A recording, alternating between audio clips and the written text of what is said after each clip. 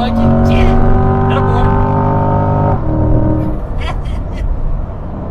Oh, she moves nice. Little thing to 110 there.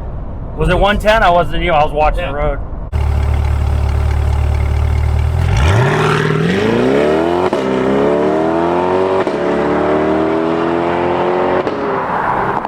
All right, guys, so we are back in the vet now, and wow, what a great trip in the plane. But now it's time to get Mike's impression of the 2021 Elkhart Lake Blue C8. As I told you before, he's actually the motorhead in the family. He knows more about cars than I do.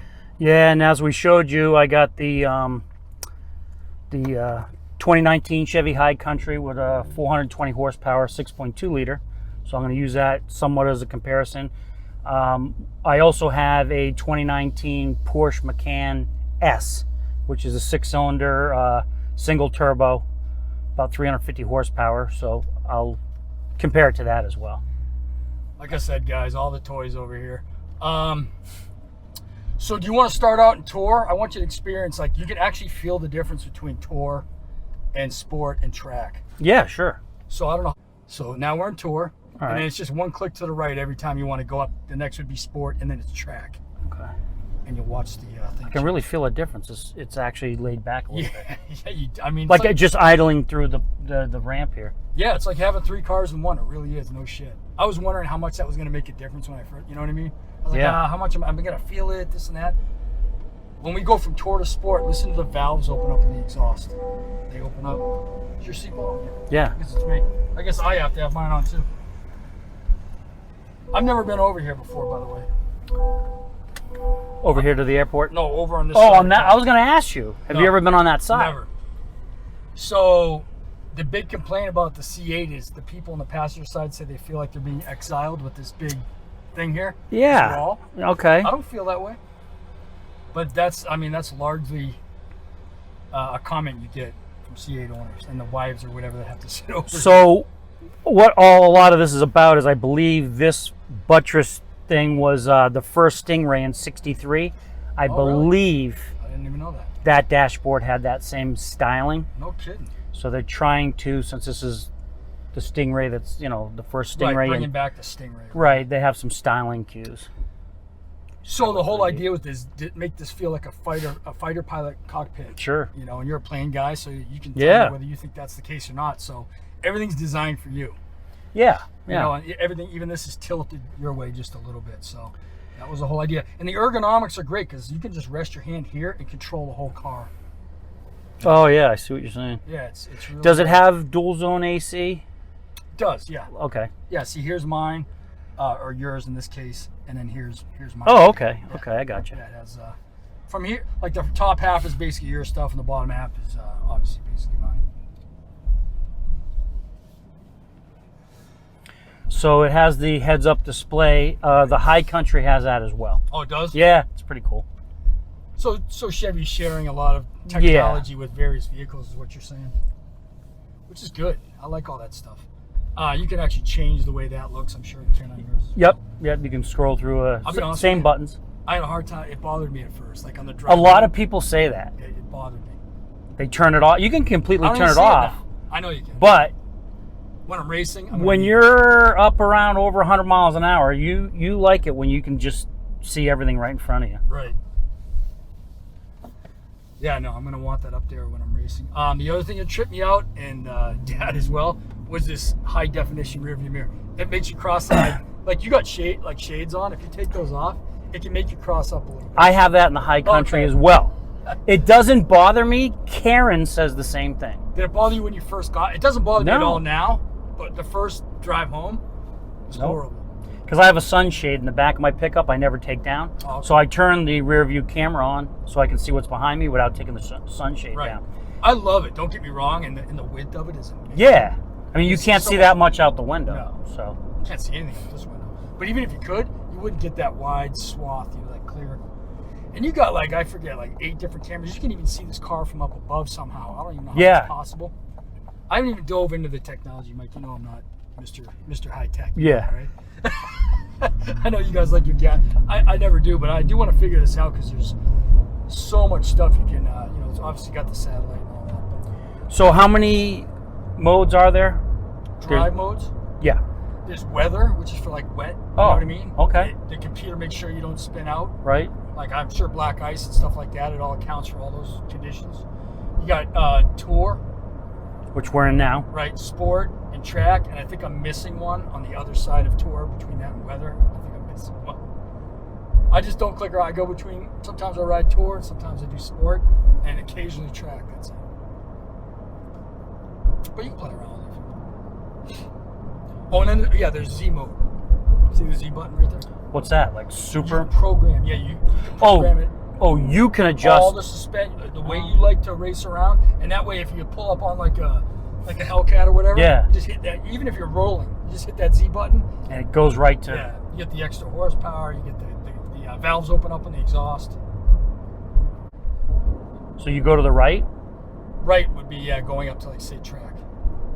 I mean sport. Oh, there it is. Yeah, sport. Wow, it does change. Feel it kick down so it stays in the higher RPMs like that. Yeah. And it gets louder. Like when you're standing still, you can hear the valves open up. It starts to gurgle. It gets a lot louder. So, and then it changes the dashboard configuration. Correct. That's pretty cool. And when you go to track, you'll see the RPMs run across the top, because when you're racing, that's how you really want to see it. It's just a stick going up to the red, you know what I mean? Sometimes I'm doing like 100 and I think I'm doing 30. I'm like, oh, shit. I start passing people. I'm like, what? Get on it. It's all broken in. So you find you like the sport mode a lot when you just drive on? That's the one I like the most. Yeah, because it's not the suspension is really stiff in track, and that's obviously not too comfortable. But sport's a little bit of both. You know what I mean? But like driving up here, I did tour because I wanted a nice comfy. Yeah. You know. But yeah, I mean the comfort is awesome. Like you know, I'm not a vet guy even. Like I never bought a Corvette just because all my friends that have them, I go in there, it's just like noises on the interior, plastic chintzy interior. You know what I mean?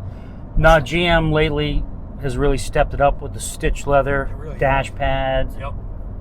I mean, this car is quite a car. I mean, the quality this is is there. supposedly the best Bose stereo that Bose has ever put in a vehicle. This is the upgraded one. They have a lower one. This is the. So I mean, it's really top notch. It really does rival the finer European cars now at an American price. Yeah, I mean, I'm careful when I say this car is a great value for the money.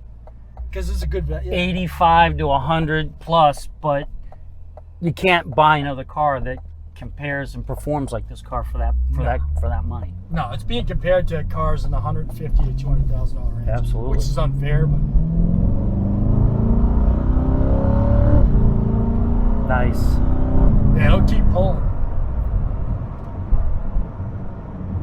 And you know I'm putting the Lingenfelter or the Pro Charger on this too. So yeah, you say that. that's another 250 horsepower. That's crazy. Which will come in handy at the track though. But yeah, it's just a nice smooth pull. Like that's what it rides nice even in sport mode. It does. The Tour is like like floating on a cloud. And the track, that gets what it should be, a little stiffer, a little more radical, but it hugs a turn like nothing. All modes do that, surprisingly enough.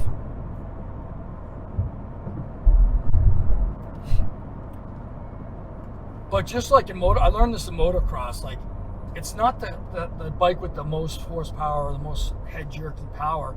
Those guys on a 250 will go and crank around a 450 no problem because they're just turning better lap times. It's smoother, it's handling better. You know what I mean? What horsepower is this set at? 500. 500. Yeah. 495 technically.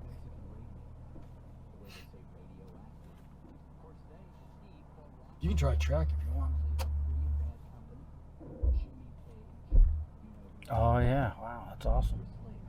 You'll feel almost like a little more decel, so it keeps in a higher range, which is what you want on a track, right? And then you roll the power on from corner to corner. But yeah, you can give it a good goose. If you accelerate it harder, all you hear is just like a seamless pop when it shifts. That's all you get. It just keeps going. So you got to get on it a little bit more.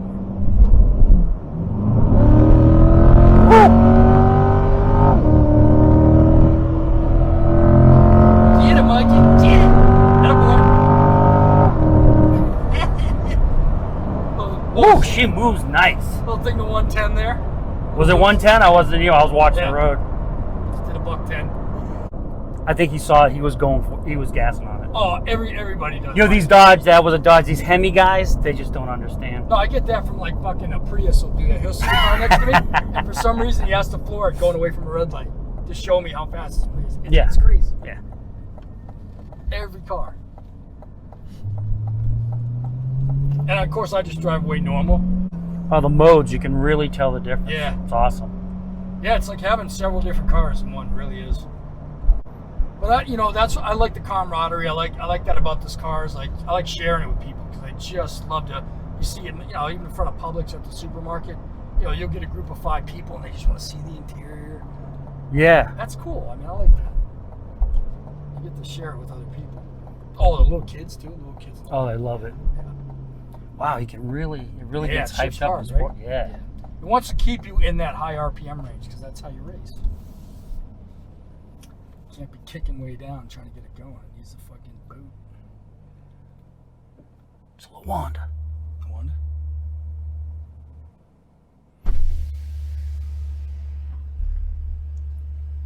She's like, what? Oh, she's on her phone. What's going on, LaWanda? How you doing? I'm just taking my brother's car for a little test spin. You want to come? I'll kick him right out. I'm off that floor. We'll come pick you up. I know that's right. Thanks, mate. That was good when you goosed it back there around the truck. That was good, right? Yeah.